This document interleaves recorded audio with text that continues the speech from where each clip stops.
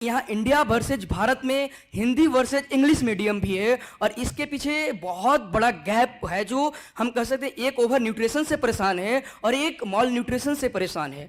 Sir ultimate मेरा question ये है कि जो ये बढ़ता जा रहा है गैप, ये जो बढ़ती जा रही है लोगों के अंदर डिप्रेशन, क्या इसके लिए अध्यात्म, एक तरफ भाग्य की बात, थोड़ी देर पहले आपको सुन रहा था कि आप बोल रहे थे भाग्य की बात, एक तरफ एक मेहनत कश लोग हैं जो मेहनत कर रहे हैं और बरसों से तैयारी कर रहे हैं, उनको उपेक्षित की जा रही है। रीजन हमारे सिस्टम में जो भी हो, हम एथिक्स एंड इंटीग्रिटी पेपर 4 पढ़ते हैं, हम इंटीग्रिटी की बात करते हैं, लेकिन जब सिस्टम में आते हैं तो हमारे सिस्टम में देखता हूं कि जो सेलेक्टेड हैं, जो अच्छे रैंक के साथ आए हैं, वो लोग भी कहीं करप्शन करते हुए पकड़े जा रहे हैं तो कहीं सुसाइड करते हुए जा रहे हैं। नोएडा में पिछले साल एक आईएएस ऑफिसर सीनियर छलांग लगाते हैं, बिल्डिंग से कूदते हैं। तो आखिर में ये अध्यात्म की जब बातें होती है, एक शांति की, एक होती है गैप की जो बढ़ती जा रही है। एक तरफ लोगों के पास बहुत कुछ है, ओवर न्यूट्रिशन से परेशान है, एक तरफ माल न्यूट्रिशन से परेशान में है। तो आखिर में इसका सॉल्यूशन, इसको किस अध्यात्म से हम जोड़ना चाहेंगे, कैसे इंटरलिंक करेंगे? हमने पिछले लास्ट 6 ईयर से स्लम्स के लिए, स्लम्स के बच्चों के लिए हमारी आपकी पाठशाला मैंने स्टार्ट किया।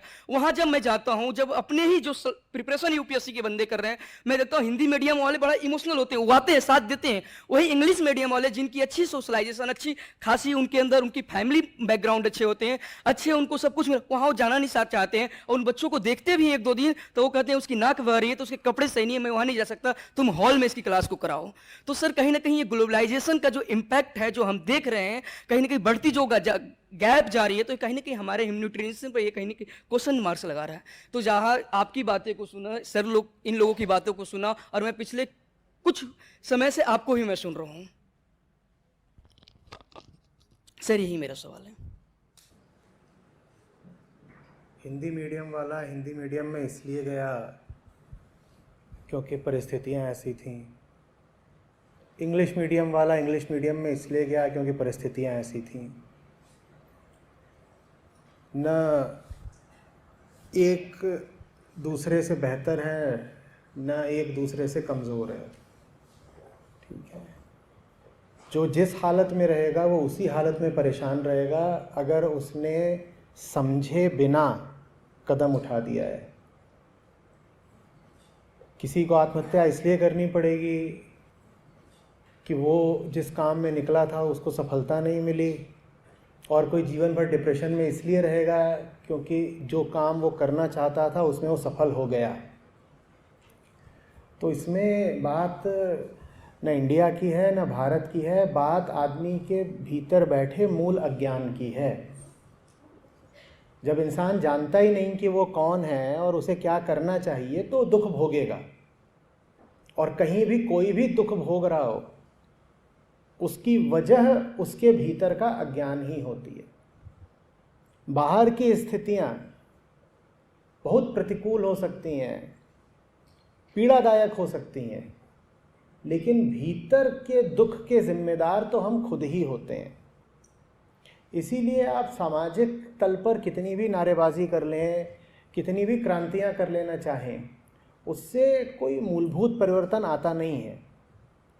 आप पूछ रहे हैं क्या अध्यात्म के पास इसका कोई समाधान है? सिर्फ अध्यात्म ही समाधान है, उसके अलावा कोई समाधान नहीं होता है। हम सोचते हैं कि शायद व्यवस्था में परिवर्तन करने से कुछ हो जाएगा। अरे व्यवस्था भी तो आदमी के दिमाग से ही निकल रही है ना। जब वो दिमाग ही बेहोश है तो बेहोशी में वो एक व्यवस्था बनाए चाहे दूसरी व्यवस्था बनाए, फर्क क्या पड़ना है? एक आदमी नशे में था, पहले दाएं जा रहा था, अब वो नशे में ही है, बाएं जा रहा है, क्या बदल जाएगा उसकी ज़िंदगी में? तो बाहर की ओर अपने आक्रोश को दिशा देने से कुछ होने नहीं वाला है।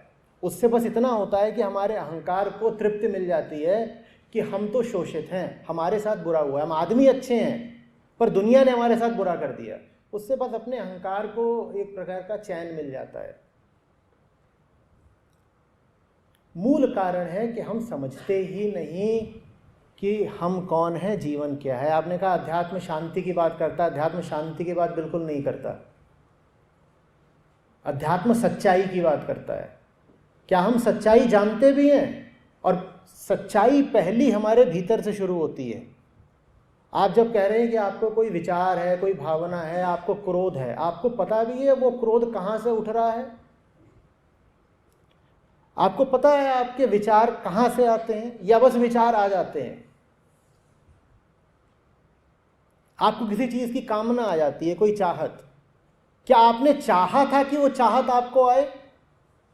लेकिन नहीं, आपको चाहने लगते हैं और फिर कहते हैं ये मेरी चाहत है। वो आपकी चाहत कैसे है अगर आपने उस चाहत को ही कभी चाहा नहीं?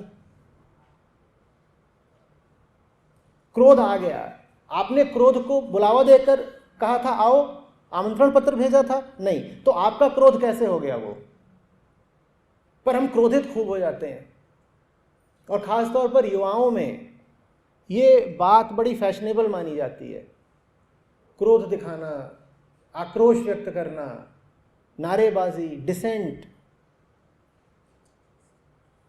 आपकी जितनी भी ऊर्जा है निश्चित रूप से आप उसको परिवर्तन में लगाएं, पर परिवर्तन कहाँ लाना है और किस तरफ को लाना है कुछ पता भी है? आप बेहोश हैं, आप एक सड़क पर चले जा रहे हैं, वहां गड्ढे ही गड्ढे हैं, आप गिर रहे हैं, ठोकरें खा रहे हैं, चोट है, आप कहते हैं कुछ बदलना चाहिए। अरे तुम क्या बदलोगे? क्या बदलोगे? बदलने के लिए पहले यह भी तो पता हो कि जो दर्द हो रहा है उस दर्द का कारण क्या है। नहीं तो बदलाव के नाम पे तो आप ये भी कर सकते हो कि कहते हो ये गाड़ी बहुत मुझे परेशान करती है, अब मैं इस गाड़ी को अपने कंधे पे रखकर आगे बढ़ूंगा। बदलाव तो किसी भी तरह का हो सकता है, और एक के बाद एक हम बदलाव लाते ही रहते हैं। उन बदल क्या गया?